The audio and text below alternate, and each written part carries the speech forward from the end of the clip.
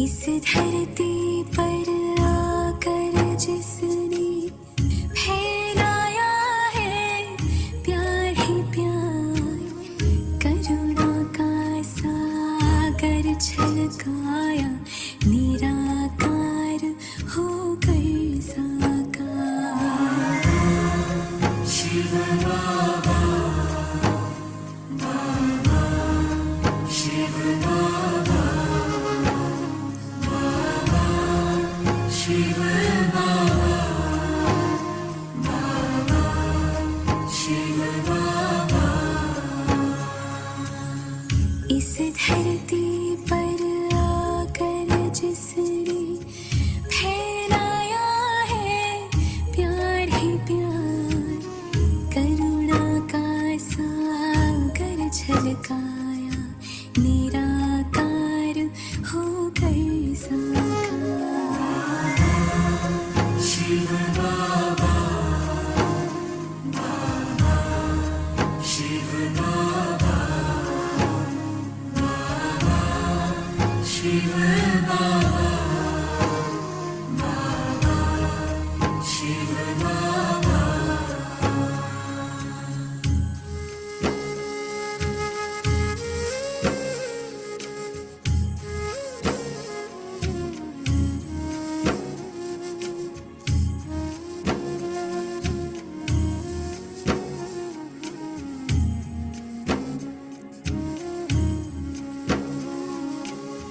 कल्प कल्प के बिछड़े थे हम, ओ बाबा तुम आन मिले, प्रभु मिलन की प्यास बुझी, खुशियों के अरमान खिले, अपना बनाया गले लगाया, ब्रह्मा तन लेकर राधा। शिव बाबा, बाबा, शिव बाबा, बाबा, शिव बाबा,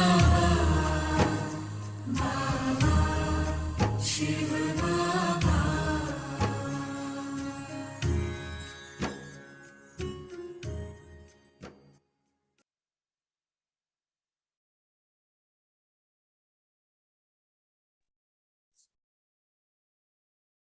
Om Shanti, Sister Jayanti. Om Shanti, everyone.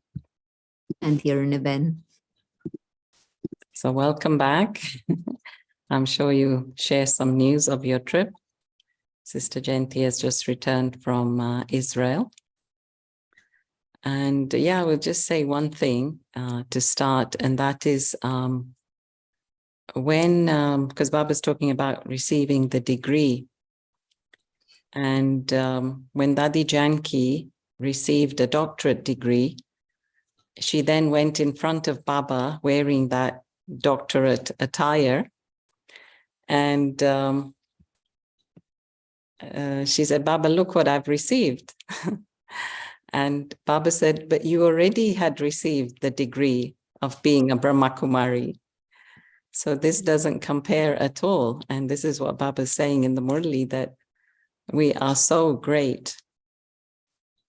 And it's amazing how Baba elevates us. And it was very touching, this whole thing of Baba, the fortune maker. And are we, gentlemen, are we really realizing our fortune, or is it just passing us by, and we don't really, understand the depth of how we are being saved from so many things that are happening in the world? Because they're not happening to us, we think it's normal, but it's not normal, actually. I do believe that we are being saved from many things that I know that my relatives are experiencing, or even other people. So yeah, we're so blessed. Thank you. I'll let you start. Om Shanti to everyone.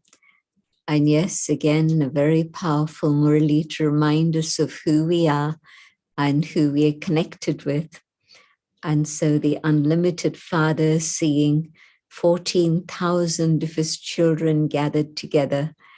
And this was the first time that we had a gathering in Shantivan. of that number. And of course, they didn't have proper facilities. And so they had just the tent that had been put up. But even that has a lovely story behind it. So I'll digress from the Murli and give you the background.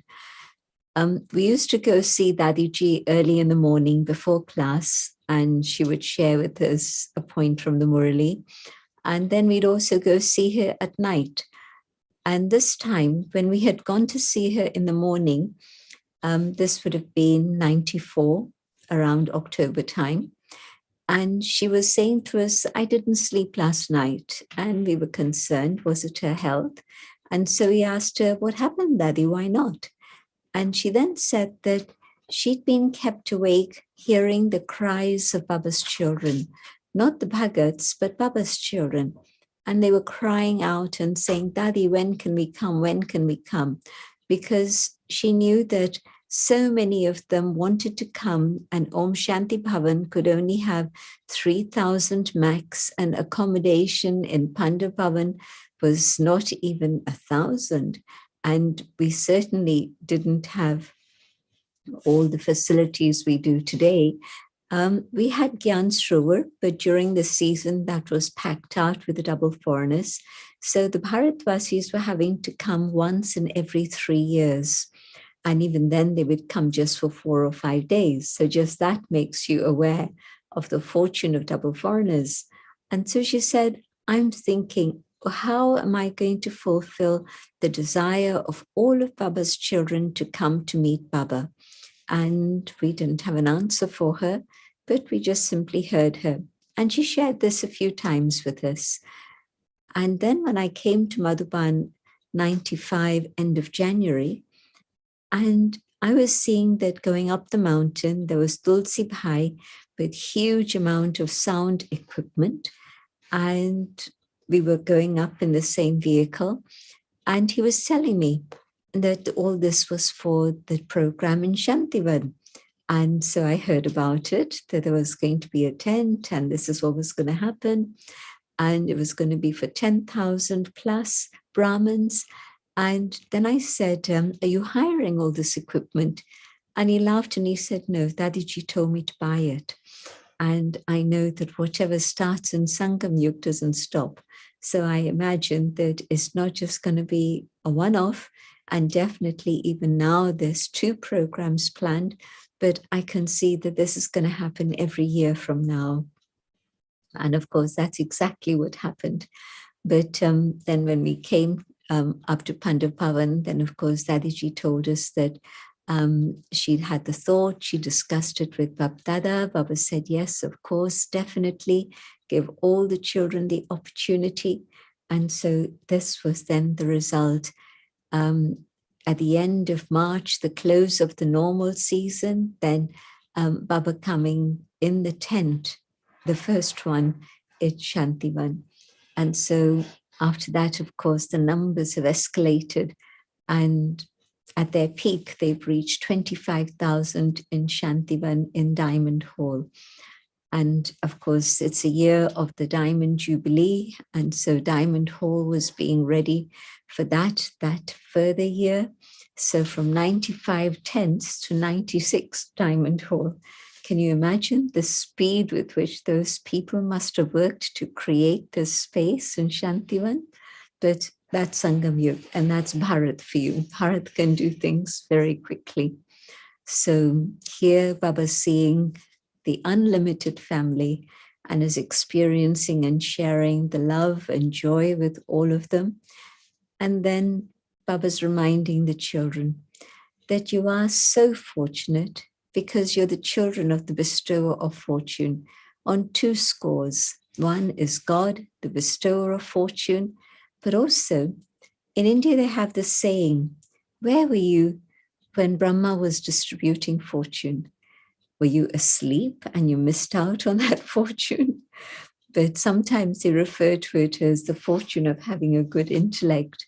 And so they tease people, were you asleep when God was distributing fortune of intellect through Brahma Baba? So that's the background where Baba's saying the second bestower of fortune, also Brahma Baba. And of course, then Baba talking about how we don't always appreciate this. We let our consciousness become ordinary. And it's so important to keep our consciousness high. And when we remember our fortune and who we belong to, then of course we're going to also remember the intoxication that comes with it.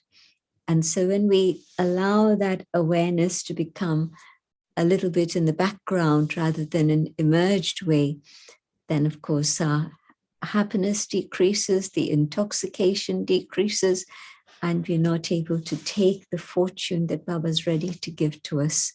It really is an incredible thing that we should forget. In Sakar Murli's, Baba says, he can't understand why we forget. And in Avyakt Murli's also now, Baba reminding us what happened. I give you fortune and you don't recognize it, you forget it. And so Baba then talking about how in terms of the bestower of fortune, Baba, the father, and of course our fortune, the father, teacher, Satguru, all relationships we're able to experience in a practical way. And as the father, the sustainer, everybody talks about God as a sustainer, but it's not really something they feel, and it's not a reality for them. But for us, truly a reality. Even if I've got a Lokik job and I'm working, but my intellect is surrendered to Baba, and maybe my home is also the center in which I'm serving. Or maybe, yes, the center may be different, but I have my home. But I know that it's God who is sustaining me. I'm here because God has made me belong to him. And then whatever work I do, I again see it as an opportunity to serve. And whatever income I derive from that, it's being used for God's work. And so truly, being sustained by God at every step. A very practical experience. And for most others, it's a bhakti expression that they use. And then God, our teacher. And these amazing degrees that each one of us has. Trinetri, Trikaldarshi, Trilokinath. The ones with the third eye, the ones who are the masters of the world, Trinetri, Trikaldarshi, the ones who see the three aspects of time, and the masters of the three worlds, and how scientists don't even have the information about the three worlds. And certainly they don't have the equipment to be able to travel to any one of the other dimensions beyond the moon. And the moon was a big, big achievement. But after that, how much has happened? Well, human beings have got caught up with all sorts of other things again. But now, yes, they are beginning to explore space once more. But yet, of course, we know that with instruments that are physical, you can't go beyond the physical dimension. And so the soul and Baba having taught us about the three worlds, and even a 5-year-old child is so knowledgeable that they'll tell you what the three worlds are. They'll tell you 1, 2, 3, and explain to you if you want explanation. And so this title, can I experience it? How does anything become real for me from whatever Baba has been telling me? If I just say, oh, well, this is part of it and it's okay, Baba's just telling us these kind words, where's my faith, where's my intoxication? But when I know Baba, I've recognized Baba, I have that bond of relationship, and I'm also now experiencing all the titles that Baba has given me, then in that awareness, yes, truly, I can be the master of three worlds.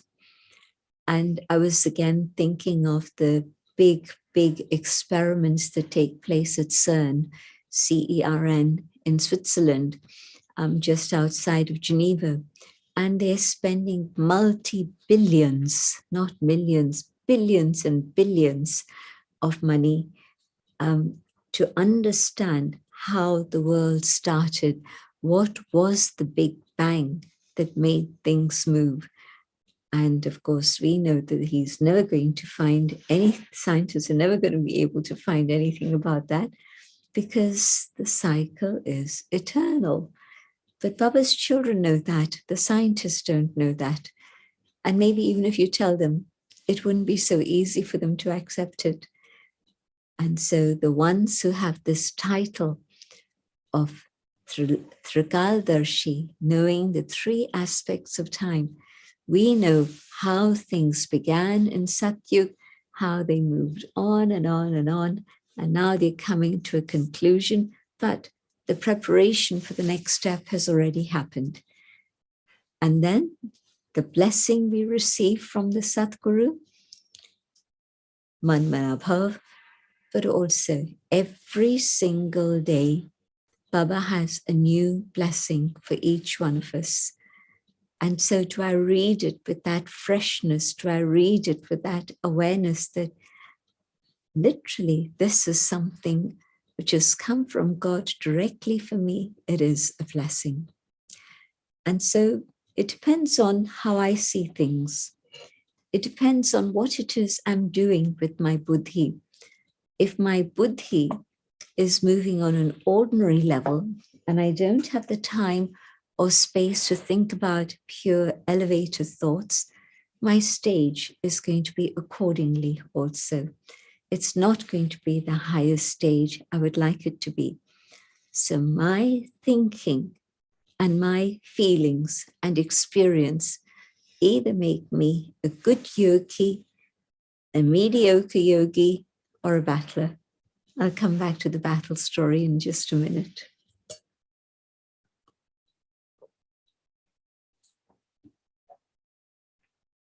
And so then Baba was talking about this huge mela that's happened and the love of the children who've come to be part of this mela. And Baba commenting that when you go to the other melas, and it's a reality, people just sleep on the floor. They don't have proper space.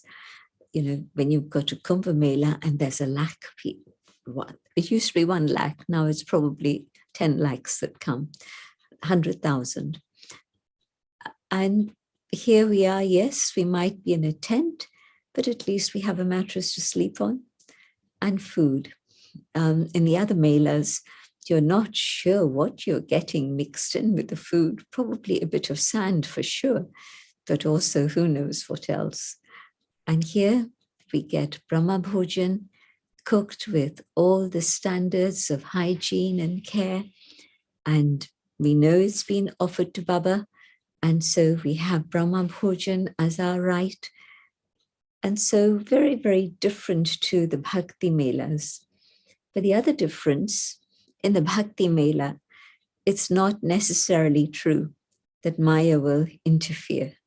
And in this Mela, in the meeting with God, this beautiful meeting, we know for sure that Maya is going to interfere.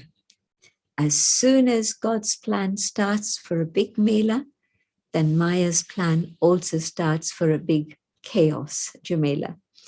And so Baba played around with this for quite a bit, that in this Mela, the tents had come down. There was a big storm. And Baba was saying, that's okay.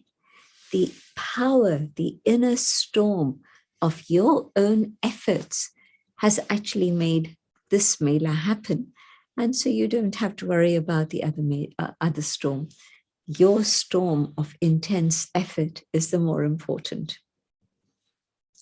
And then further, Baba was saying how it's Maya's job to make you fall. And it's your job to keep flying. And so don't allow Maya's tricks and games to turn your understanding away from the truth in the wrong direction.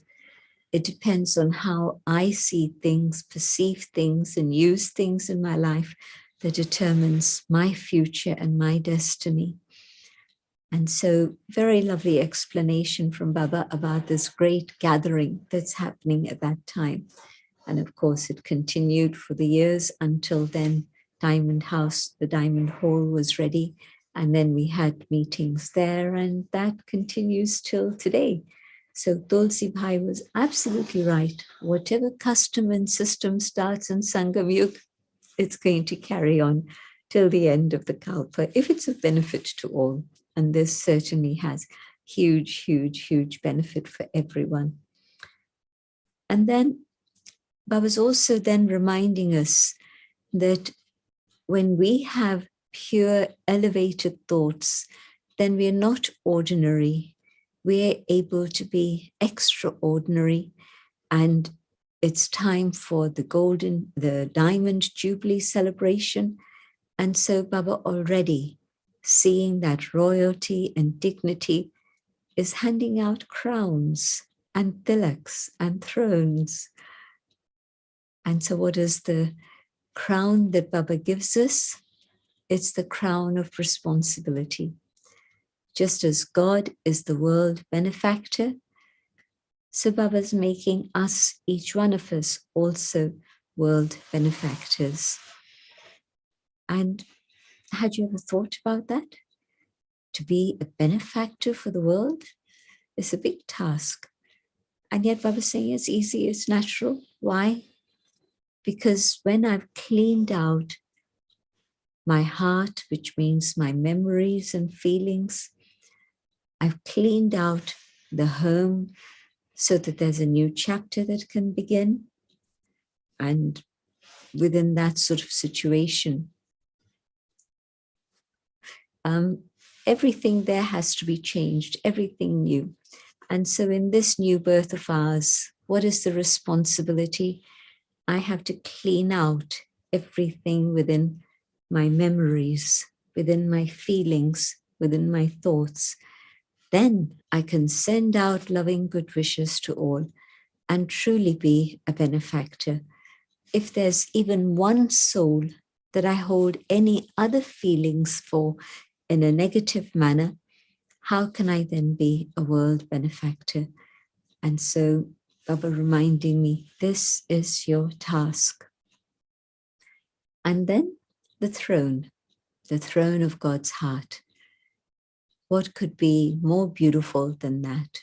Baba's offering me space in his heart to sit on the throne which lies in his heart. And so claim that throne, but also always be the self-sovereign. Give yourself the tilak of mastery, self-sovereignty today. Future, yes, it'll depend on my present efforts, and it'll happen when it'll happen. But what I need to do now at this time is really keep that tilak of awareness shining brightly all the time. And that stage of self-sovereignty in which Maya can never make me subservient. And Baba's saying that if there's somebody who's weak, then of course they become subservient. Then the master will make them do things that they don't even feel they want to do. And when I become weak because I've forgotten who I am, I've forgotten the connection with God, then in that weakness, Maya takes advantage of me and makes me do what she wants me to do. And so do I want to stay subservient, or am I ready to become the master of the self-sovereign? Because that will then help me with everything else. So the three things that Baba gives us as a gift in this Mela, and the preparation for the Diamond Jubilee, which happened very soon after Baba had spoken all of this. When Baba would speak and would give inspiration to every department, and Baba speaking in this way was of course inspiring all those who are working on the contract for creating Diamond Hall. And very often Baba would meet that group at the end, the main team of engineers and contractors and whoever else, and give them special drishti, then ask them how things are going. So Baba was personally involved, hands-on, in the whole construction for Shantivan. And yes, I'm sure that in the days of Om Shanti Bhavan, when we were there, definitely Baba would speak about the coming of Om Shanti Bhavan and how it would do amazing world service. But there was more guidance Baba was giving them in between times when we went there. But this time with the Diamond Hall, we saw Baba every single time. Baba was giving them very specific directions for the creation of Diamond Hall. And you can see how much service has been done there in all these many, many years. So these were the things that came to mind from Baba's Murli today. Most of all, the intoxication that we need to keep. And so it needs to be nurtured. It doesn't come just like that. And so can I keep reminding myself of who I am and who it is I belong to on the eternal level? Then I think that joy and intoxication will come, and that will automatically be a very, very good messenger to everyone for their role in service also. Baba spoke beautifully about how, because the Brahmins from abroad were there, that really made everybody, including Baba, very happy. And of course, all the things that Baba provides, Baba knows that these are the things that Baba's children like. And so that sustenance is always there in Madhvan. But very lovely Murli, and a very powerful reminder of what my consciousness needs to be. And yes, the service in Israel was amazing, God's magic. A group of Israeli people had come to Madhvan in April, and they were given the space in Madhvan for about 3 or 4 days, no more than that. That each one of them is a change agent, and the leader of the group, he himself actually used to be one of the vice presidents in a big international IT company that shall remain nameless. But he resigned from that, and then he became a coach. And amazing work that he's done in training people to also become leaders and coaches. And so it was his idea that he wanted to bring a group of his friends to Madhuban, and they loved it. And when they got back, they started working with a social media campaign for this event.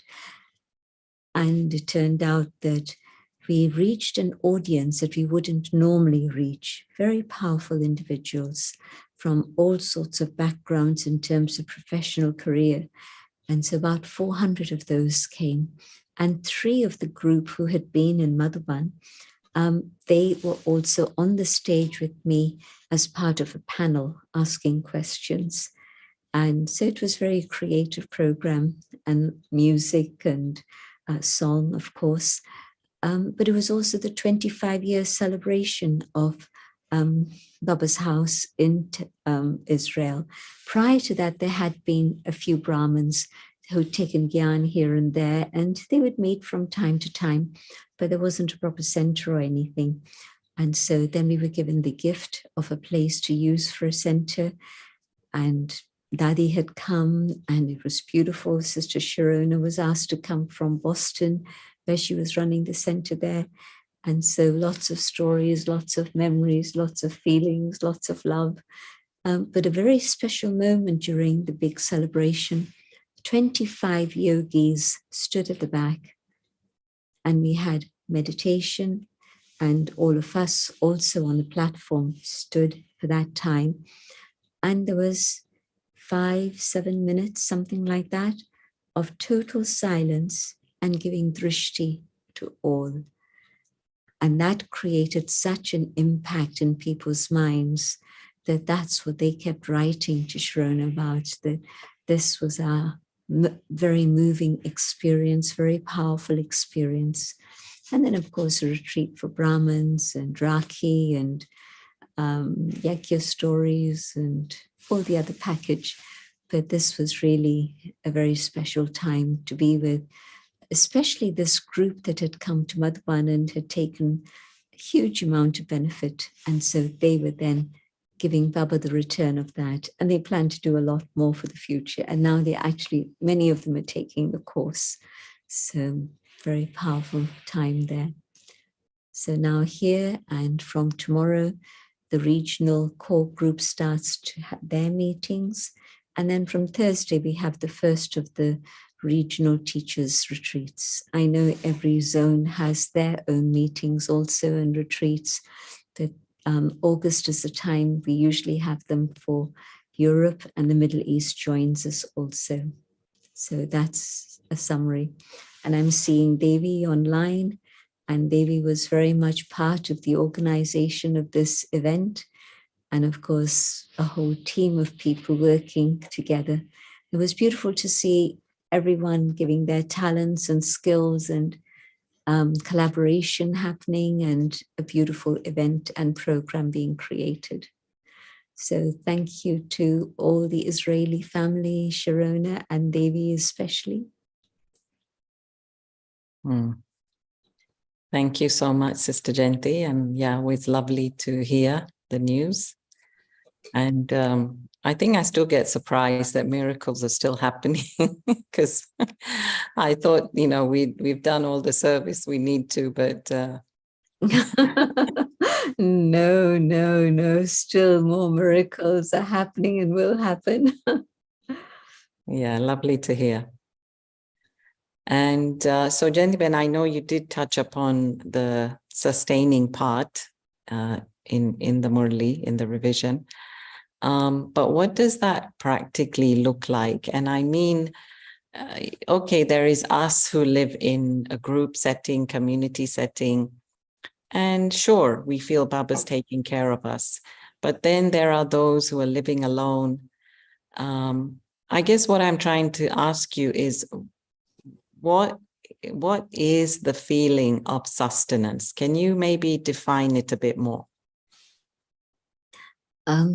Let me first of all take up the subject of sustenance when people are living in Lokik family, and when the whole family is in Gyan, beautiful, then really it's easy to feel that God is taking care of us, sustaining us.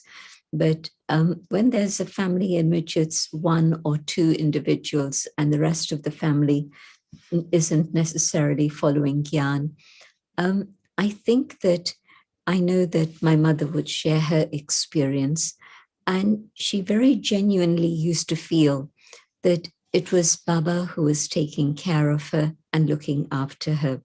She never ever had the thought that it's my Lokik father who's looking after her, even though he was the one who was out there earning the money and bringing home the bread. But she genuinely had this feeling that God is looking after her and taking good care of her.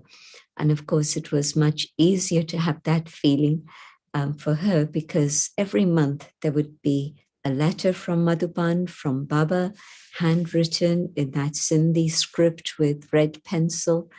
And every 6 weeks or 8 weeks, there would be one of those old-fashioned reels, the tapes that had been recorded, because she brought the first tape recorder to Madhuban for Baba, and Baba loved it. And then Baba had told Chandras Dada, every single tape that's recorded, every Murli has to go to Rajni in London. So it was a very real relationship, and that sustenance that happened at that time. But that was her fortune in the 50s and the 60s. So what happens today? You mentioned how even people you know very closely, your family, extended family, and so on, are really struggling in life. And if you think about the timetable of Raj Yogis, again, a similar situation, but not of the 50s and 60s, but today, this one individual in the family gets up for Amrit Vela. The rest of the family is sleeping. But the feeling that you get at Amrit Vela is that God is bringing you a lot of love, filling you with that love, so that you can manage the whole day. There's going to be challenges, but the power of God's love is going to sustain you and help you. And yes, you're doing the work that you need to do, whether at home or whether in a Lokik setting out there. Maybe it's a shop you work in, maybe it's a school, maybe it's an office, a hospital, wherever it is you are. But if you have that consciousness that I'm doing this for serving others, then it's equal to the consciousness of anybody living in a center who's there full time as a volunteer doing service for the center. I know that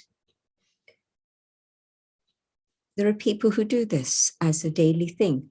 They go to work outside somewhere, but they do it in that awareness that it's service. Or even if it's a housewife or a carer who's looking after children or somebody who's old. But again, if they do it in that consciousness that this is my service, then they're doing it out of love for Baba.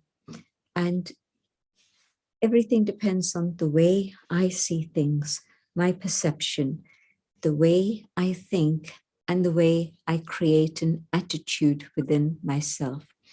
And so through the day, keeping this awareness that whatever it is I do, I'm doing for Baba, for service, and I begin to see the results of that. I feel Baba guiding me, protecting me, taking care of me, and in many tiny little ways. I can't find a car park space, and I'm talking to Baba, and Baba finds a car park space for me. Many of you have told me this, that you just have a chat to Baba and the space appears. Otherwise you'd be frustrated and angry and I'm going to be late. What's going to happen? No, just calm, have a chat with Baba and say, Baba, I know you've got 1,000 things to do, but can you just help me in this particular case? And Baba will oblige, really. The power of love, the power of faith, your communication with God, everything is then the feeling that truly God is looking after you and is sustaining you. And carry on that awareness when you get home in the evening. I'm cooking. I'm not just cooking for my family. I'm cooking for Baba. And then it's Bhog. I'm offering Bhog to Baba. But it's going to be purifying the hearts and minds of my family also. But I don't begin to think, what is my child like? What is my husband like? You think, what can I cook for Baba? And so it's up to me with Gyan to shift the way I think. And then the experience I have through this inner connection of yoga with God will start making magic happen around me. So, gentlemen, this is my point. My point is that we have to make a certain amount of effort, because normally when we use the word sustenance, it's just happening to you. But the way you've put it is we do our bit and then God does his bit. So am I right in understanding that it's only sustenance if you put in your 50%? I'd say 10%. 10% is my effort to think in the right way, and the rest is God's magic. All right, I'll take your word for it. No, there are many people online here who I'm sure would verify that, yes, this is their experience. So actually just They're connect. nodding their heads. Okay, very good. So yeah, just connected with this gentleman, you know, there are some who actually feel their fortune. There are some who don't feel their fortune. And there are others who feel the fortune of others. And so why is it that one is not feeling their fortune? Like you looking at them, you might think, wow, they have everything going for them, but why aren't they happy? So why is it that that soul is not able to feel their fortune? the quality of my thinking determines everything. You remember the Murli 2 weeks ago on the power of thought? So everything depends on the way I think, and also the way my intellect behaves. I think I've given this story before, but it's worth bringing it in again. One is, am I introverted or am I extroverted?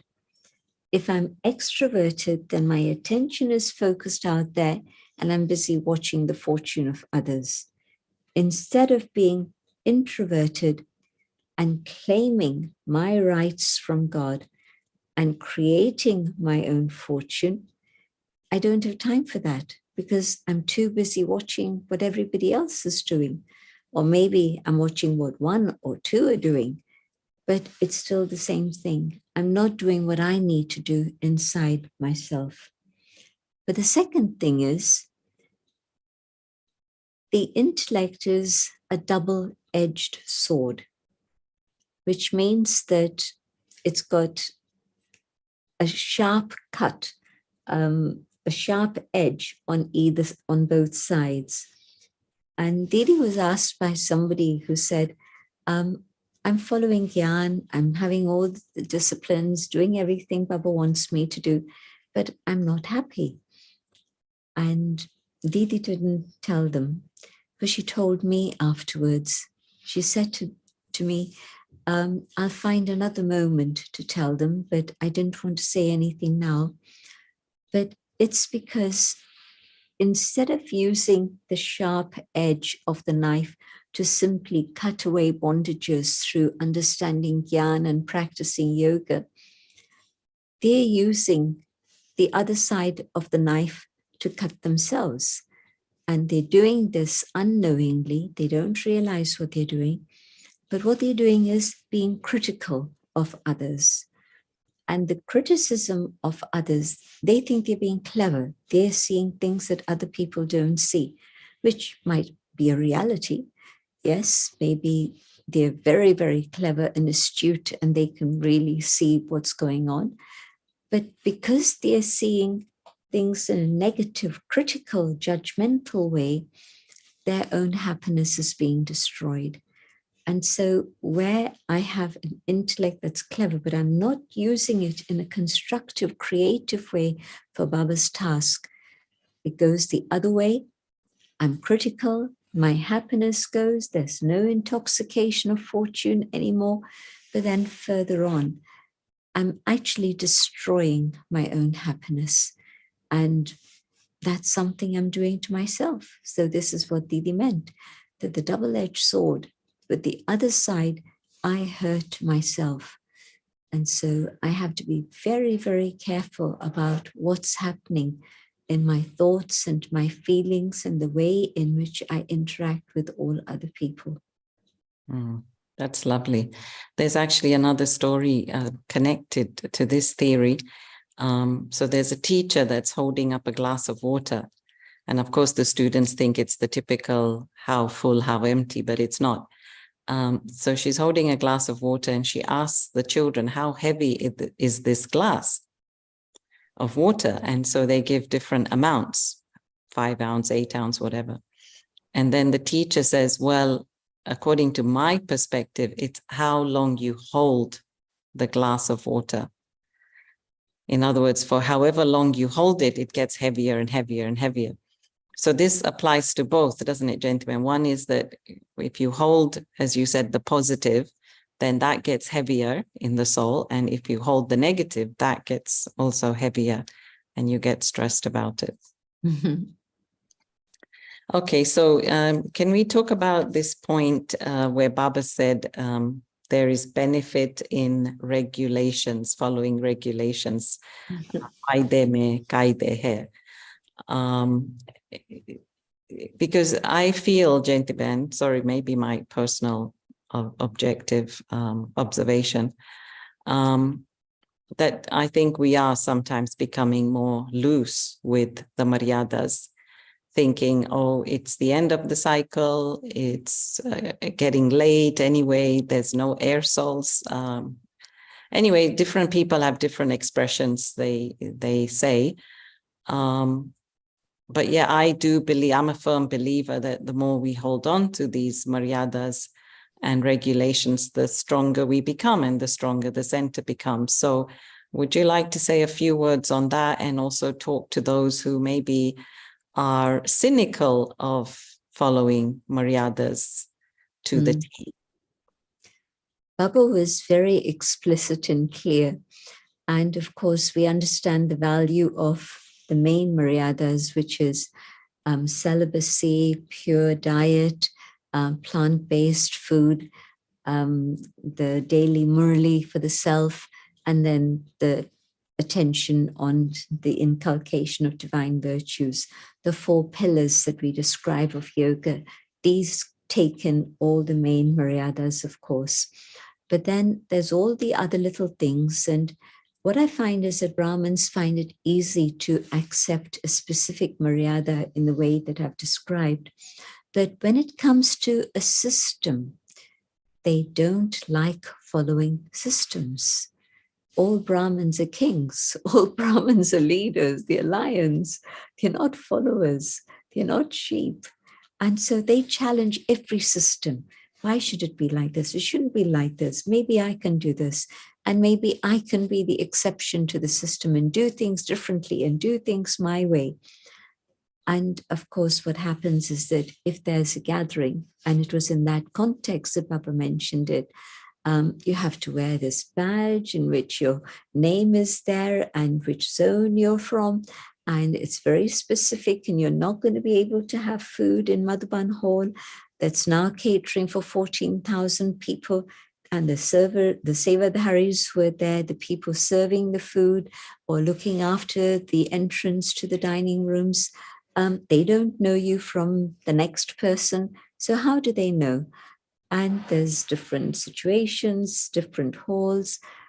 And so there were people complaining, we've lost the feeling of family. We don't like wearing this badge. People should know me by now. No, they don't know you. They're new. They've come here to serve. They don't know who you are. And so it's not a big deal. Just do what Baba's asking. Do what the registration is asking.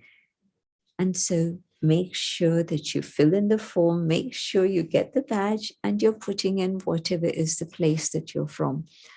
And so it starts with that in that particular passage.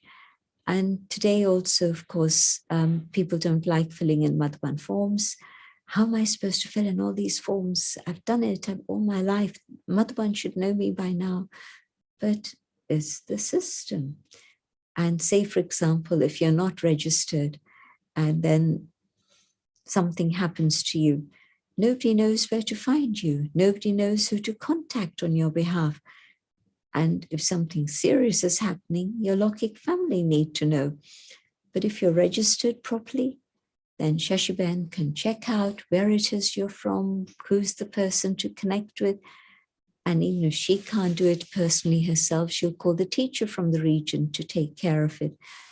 So on and so on. All the domino effect of filling in a form is that it reaches all the people who need to know who you are, where you are, what's going on, and whatever it is that's happening. And it reaches the teacher on the ground. It starts with, Shashiben and whoever, but it's a very practical thing. And so let me value the fact that the family is now big. It's not a little family anymore. The days when it would be 5 of us meeting of Yek Bab Dada, is that a possibility today? And so now when you have 25,000 people coming, it would really be total chaos if there wasn't a proper system in place. And so Baba has initiated professionals to create systems that can help us journey forward. So I think coming back to it on the more general level, Aruna, as you were talking, where I don't value a particular system or a particular instruction, and I'm happy to kick it out of my life and throw it away. No, what I do is going to impact many others. Am I not concerned about the well-being and the health of my children? If I follow a system, they'll be part of that system. They'll be taken care of. If I've kicked away systems, then what am I going to do on my own with children there? It's going to be very difficult to manage because I don't know where to go, what to do. The local people can help me. But if I followed a system, if I haven't followed a system, who's responsible? Not the Yajna. So I'm talking about very practical, mundane things. But all these are part of where today many Brahmins want to skip the system and do it their own way. There's a trait in every human being which is connected with this, kicking against a particular task or a particular system. It's like we've been born with this and we want to challenge many, many things. And especially if it's something to do with Raj Yoga, it's never going to be as formal as something out there. There's a system, but it's very informal system. And where we try and formalize things, we get lots of kickback. But as the family has grown, not everybody knows you in Madhuban. You don't know them all, so they don't know you either. If you filled in the right forms, then people know who you are, where you're likely to be going, and so things are going to run smoothly.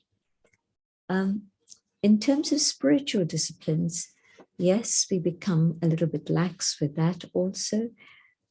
This story about, the wolf is coming, and 3 times the villagers got up in the night to go try and find the wolf, and there wasn't a wolf. Somebody was playing games.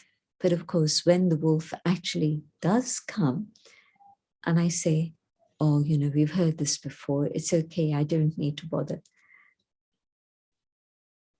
What's going to happen then? And so let me follow systems to the best extent that I can, and the rest is for Baba. Yeah, we've seen this a lot in history also, when teachers don't do something and then their students don't do it to them. Okay, gentlemen, so let's move to today's Murli, Sakar Murli, the question about King Janak. So King Janak went into the Silver Age. He couldn't become a sun-dynasty king. He was a king, he became surrendered, but he came too late. And so he went into the moon dynasty. Actually, about 3 people have asked me this question. And is it in any way connected with Dadi Janki coming late to the yajna? I don't think so, because Dadi Janki is definitely one of the 8 jewels which Sakar Baba had told her way back in 1951, when 51. They were in Abu, and Baba suddenly wanted her to go to her Lokik family because there were no centers in Bombay, but Baba sent her there. And it was the right moment because her father's death anniversary was at the time that she would reach Bombay. And her mother had been thinking that it really would be so nice if the family could be together to honor that. Her other children were with her anyway, but then Dadi arrived. And in the letter that Baba had written to the mother, I'm sending you my child Janak, because she is one of the 8 jewels. Ashtaratno mein se ek ratan aapke paas aa raha hai. One of the 8 jewels is coming to you. So that's Sakar Baba. And of course, at that time, Dadi was shocked that Baba saw her as one of the 8 jewels. And her role in the yajna was very, very low profile. She'd been the nurse, she'd been doing a lot of hard work, but there was no front role in that sense. And that only really started much later. And so that incognito one, Baba recognized who she was. So I don't think it's a story that refers to Dadi Janak. But yes, when I was reading it, I too was struck by Baba being so explicit, because usually we have discussions about this thing about warriors and people internally struggling till the very end. And I thought that was really what Baba was talking about in the yesterday's Avyakt Murli. Are you the yogi or are you the warrior? And in this case, I think it's because King Janak, we've heard lots of different stories about King Janak, but I don't know the story of King Janak coming late. So I had a question about it myself. Sure. Okay, thank you. Here's a question from chat.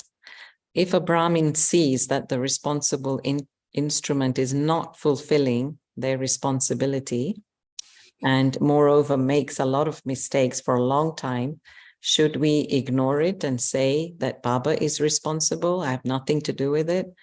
Or should we tell another higher level instrument? And if we do, is that considered gossiping? If there's something that I know is wrong, and you write to somebody who's in a position of great responsibility in the yajna, then I know that that's not ignored. They would take up the situation and send somebody maybe to check it out and whatever, and they would want to sort it out. So, and they're not going to feel that it's gossip or anything, because gossip means talking about things to people who don't know what to do about it, can't deal with it. But if you write to somebody senior in the yajna, someone you trust, then know that it will be heeded and there will be some action taken, whatever is decided. Right, thank you. Okay, yeah, this is interesting. So one of the maryadas in the yajna is not to borrow money. But what if you use credit cards? Is that borrowing? Yes, it is borrowing. At some point, you're going to have to pay back the credit with interest multiplied.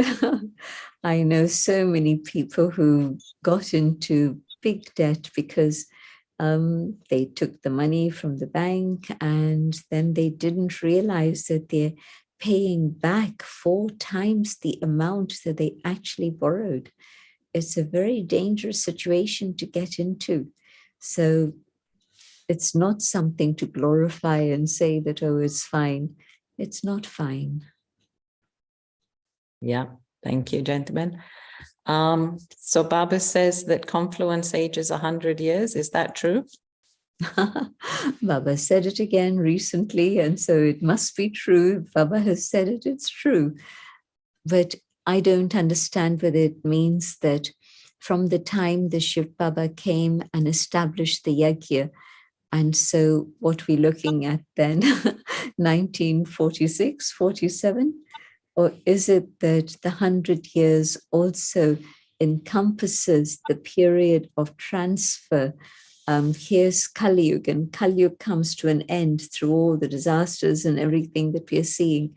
And then souls go home, and then there's a better world, a new world.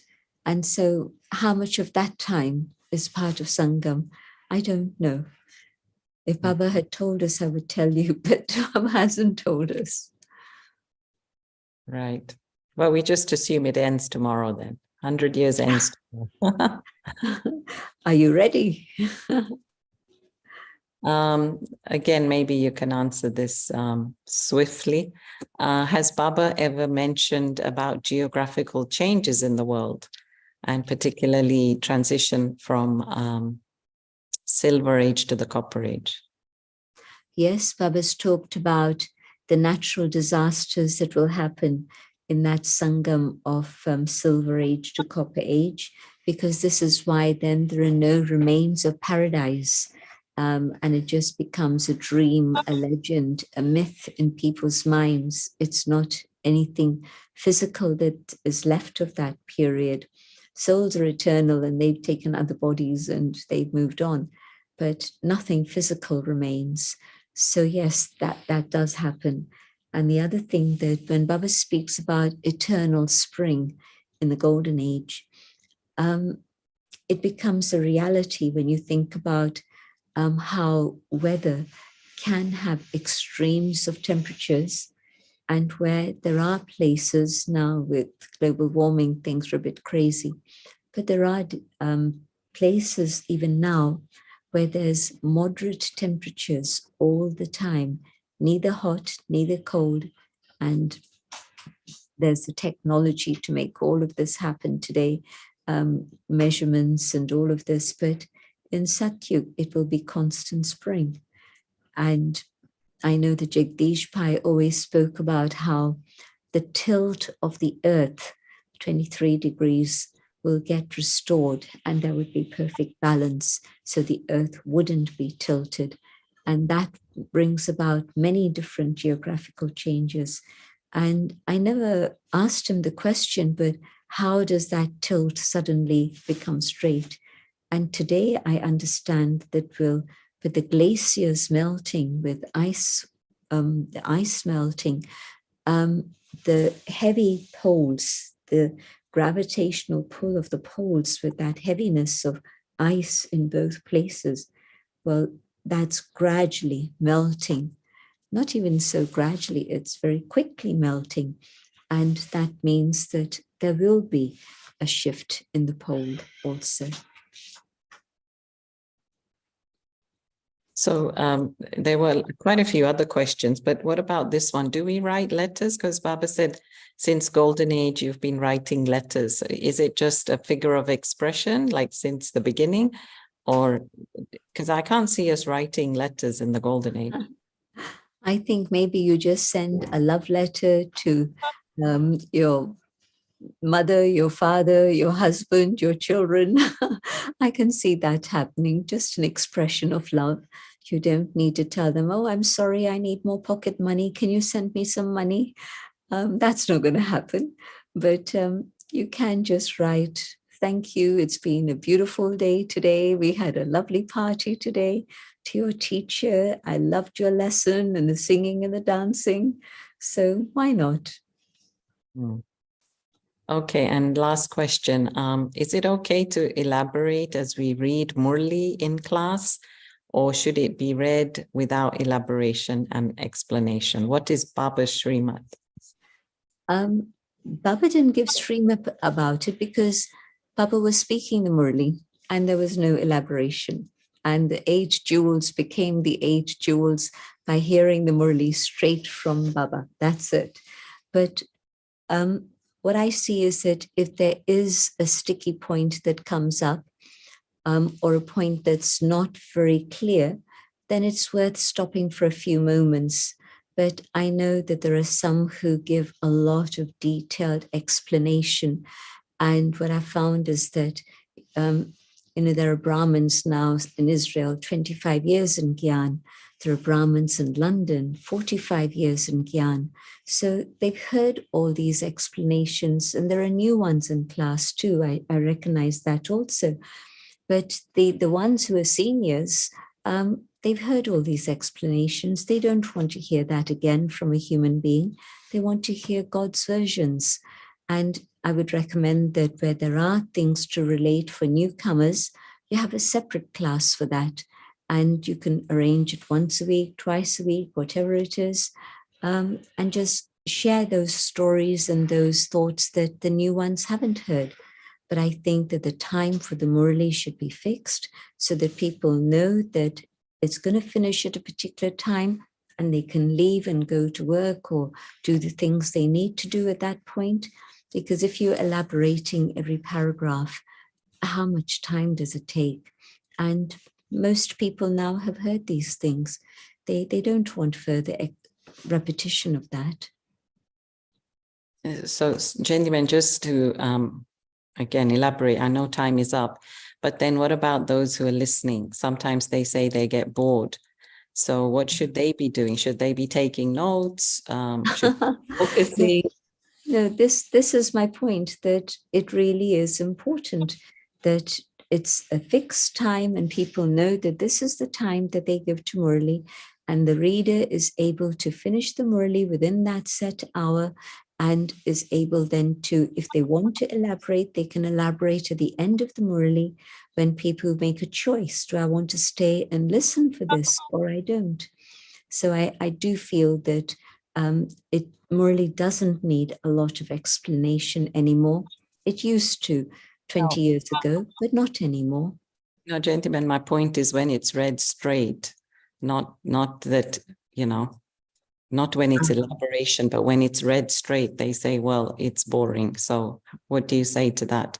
I'd say to them, be soul conscious and really understand what is Baba saying, and let yourself feel Baba speak to you, and take from the Murli what Baba's giving you at this moment, because, you know, it's Baba's Murli. And there's a connection between the different things that Baba's saying. There's a reason why Baba's saying things. Can I keep my intellect engaged and use it in that way? Yeah. Great note to end on. Thank you so much. And next revision is next week, 14th of August. So let's take powerful drishti from Sister Jayanti. Thank you, everyone. Thank you to everyone, and Arunaben also.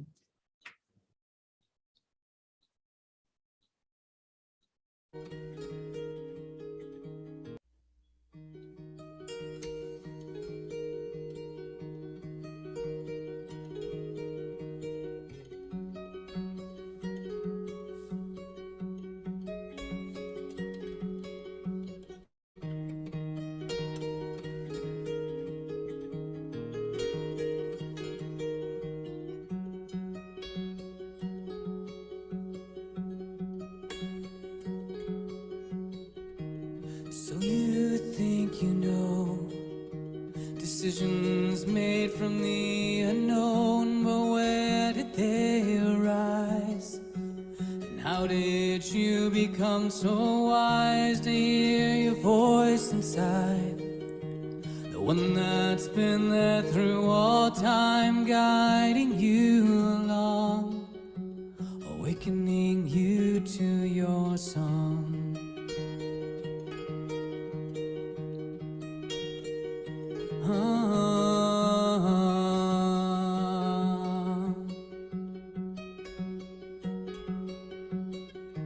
What has it all been for? The great search for the soul behind all the lies. The stories kept deep inside of who you think you are. A life you thought you could devise, but here you are again, questioning all that you can.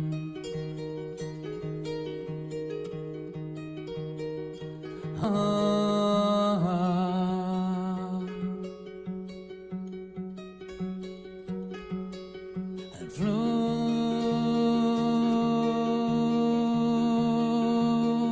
flow like the river.